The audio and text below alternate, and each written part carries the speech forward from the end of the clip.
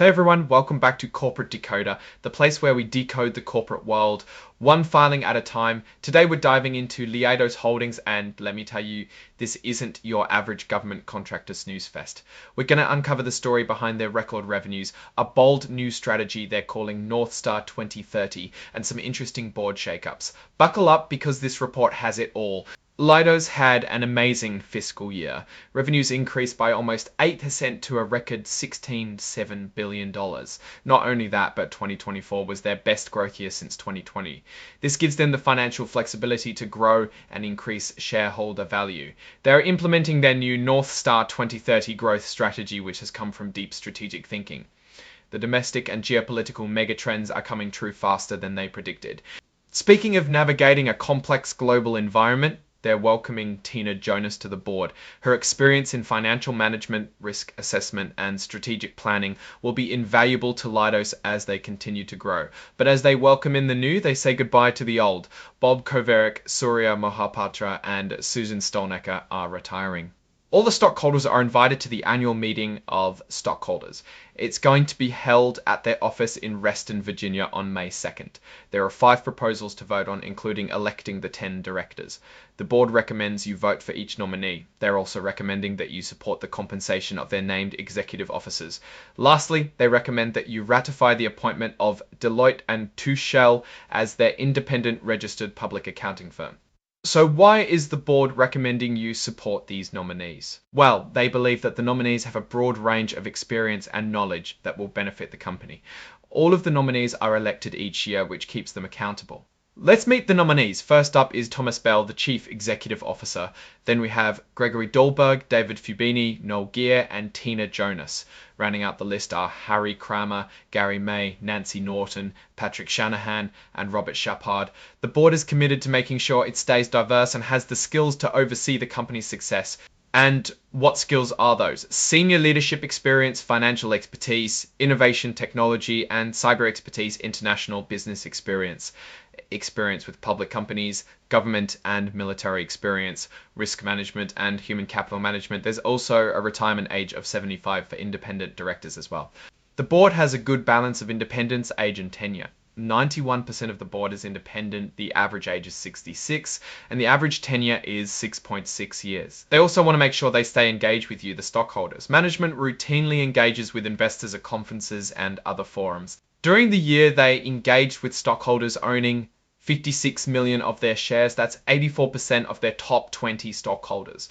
The topics covered were wide-ranging, from business strategy to compensation practices, political engagement, human capital management. Moving on to Proposal 2, the advisory vote on executive compensation.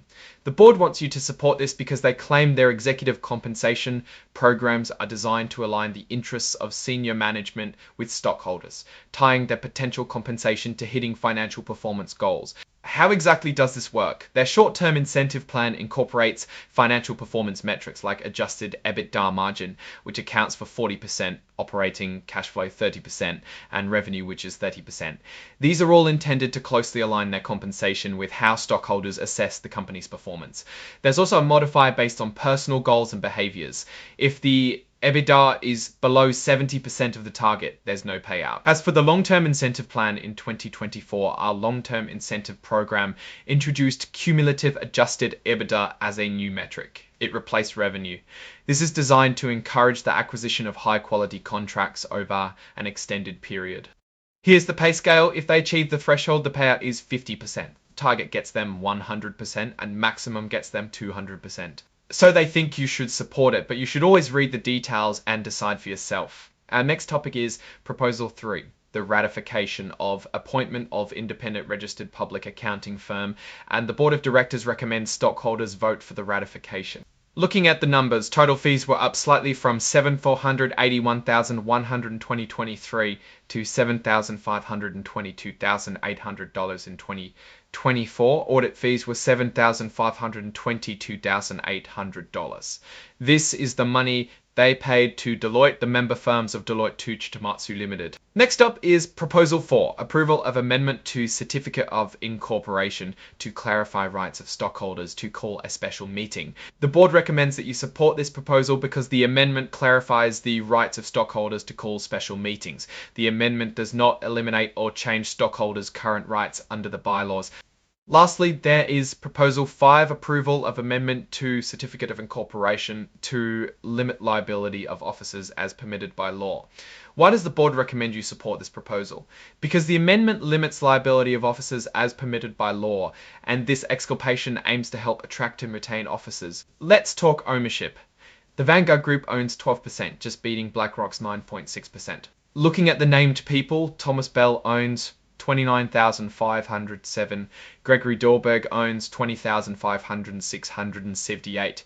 Our personnel prepare and file these reports for our directors and officers on the basis of information obtained from each director and officer. We believe that all of our directors and executive officers complied during fiscal 2024 with the reporting requirements. Leidos has a code of conduct that all of their employees are required to comply with. This promotes ethical behavior in all aspects of their business. They also have a code of business conduct for the board of directors. They also have written policies and procedures for the review and approval of transactions between the company and certain related parties. In determining whether to approve a related party transaction, the Audit and Finance Committee considers the potential benefits to the company, the impact on a director's or nominee's independence, and whether the related party transaction is on terms no less favorable than terms generally available to an unaffiliated third party. Speaking of related parties, Gerard Fasano, Leidos Chief Growth Officer, has a brother who is a program manager at Leidos. As a brother who is a program manager at Leidos, that brother received about $250,000 last year. Ms. Schmatzy's brother-in-law, Paul Schmatsky, is an infrastructure-led at Leidos and received compensation of approximately $21,000. Directors receive a combination of cash and stock-based incentives. In 2024, the independent chair received $200,000. The Audit and Finance Committee chair received $200,000. Other committees got $15,000. Directors need to have at least 5x their annual cash retainer in the company. All of our directors continue to observe this holding requirement. Alright, let's dive into some executive compensation numbers. Leidos wants to make sure they incentivize the team to fulfill key financial and strategic objectives. They emphasize a structure that favors performance-based elements and aligns executive compensation with the interests of their stockholders. They've also introduced a modifier of DEC Sir 20% based on personal goals and behaviors, and measures the employee based on how they lead their team's business work and themselves. These also touch on the company's 6 core values: integrity, inclusion, innovation, agility, collaboration, and commitment. In April 2024, approximately 96% of stockholders approved the compensation of the named executive officers. To provide other tax-deferred means to save for retirement, they maintain certain deferred compensation plans that allow our named executive officers and other eligible participants to elect to defer all or a portion of any cash or certain equity incentive awards granted to them under our cash incentive or stock plans. Here's what it all boils down to in numbers. Thomas Bell made $12,460 to $40.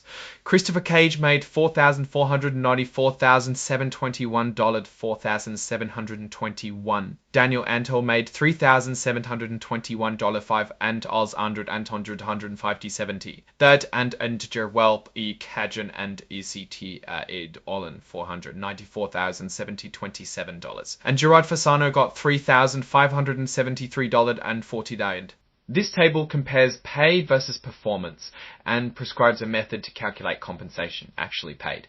But again, it doesn't accurately depict what anyone actually made. It's based on a formula the SEC wants them to use. Thomas Bell's pay actually paid in 2024 was $20,481 so's. Now we know the details of what they did in 2024 and what they are planning to do in the future. Now, looking at these results more broadly, Leidos appears well positioned in the government contracting space. The North Star 2030 strategy seems ambitious, but could pay off if they accurately predicted the future. The recent addition to the board and all the discussion about strong governance and good oversight makes the company look strong from the surface. The key to success, as always, will be in the execution. Can they navigate the competitive landscape, maintain their ethical standards, and continue to attract top talent? The government contracting world is known for its complexity, so they will need to stay on their toes. I also think they're making a smart move by focusing on recurring revenue and higher margin services. It builds a more stable and predictable business. However, they should proceed with caution on acquisitions. Integration is notoriously difficult, and overpaying can haunt a company for years, Tim. If Leidos delivers on its promises, there is no telling where they could be. Thanks for watching. If you enjoyed, please subscribe, like, and comment.